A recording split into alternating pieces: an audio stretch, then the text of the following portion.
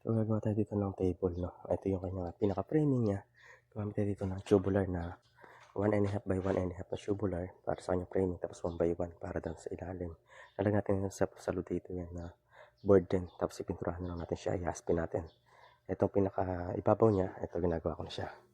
Ito yung kanyang magiging itsura, no? Bali square na lang ginawa ko para hindi tayo masyado mahirapan.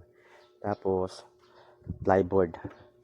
Ayun, ginawa natin sa plyboard, no? Ayan, ginawa natin. Pakita lang natin yung inakailalim niya para sa idea.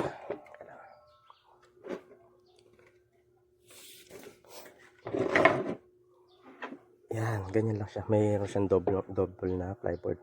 Yan, manipis lang naman yan. Yan. Lagyan natin siya ng plyboard dito. Tsaka natin siya, naka-screw siya para matibay, ano? Tapos ang pinaka-edging niya, para hindi ako mahirapan sa pagmamasilya, nag-cut ako ng 1/4 plywood. Ayan, plywood to na 1/4. Ayan, uniply ito para maganda-ganda. Ayan, maganda edge niya agad, no? Ito yung pinaka-ginawa natin sa kanya, liston niya. Ayan, nilagyan natin siya liston. Tapos ito, kinatam ko yung gilid niya para may pasukan na masilya. Ito, kinatam ko to para may pasukan siya na masilya sa part niya. Yaspin natin yan.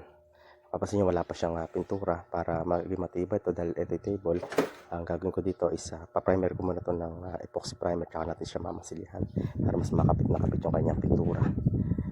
Lalagay lang ko yung mga edging.